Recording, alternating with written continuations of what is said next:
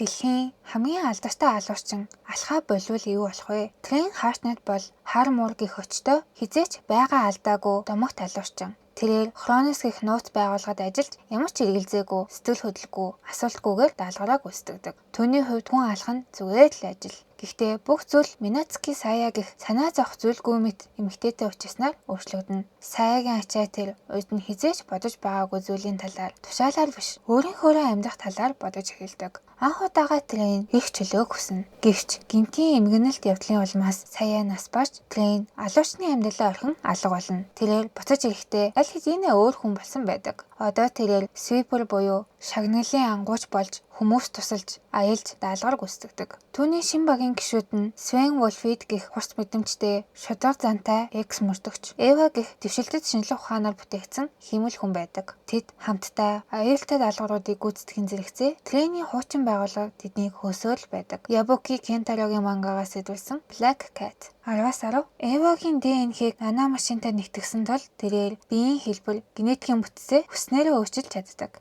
Өдөр бүр нэг аним.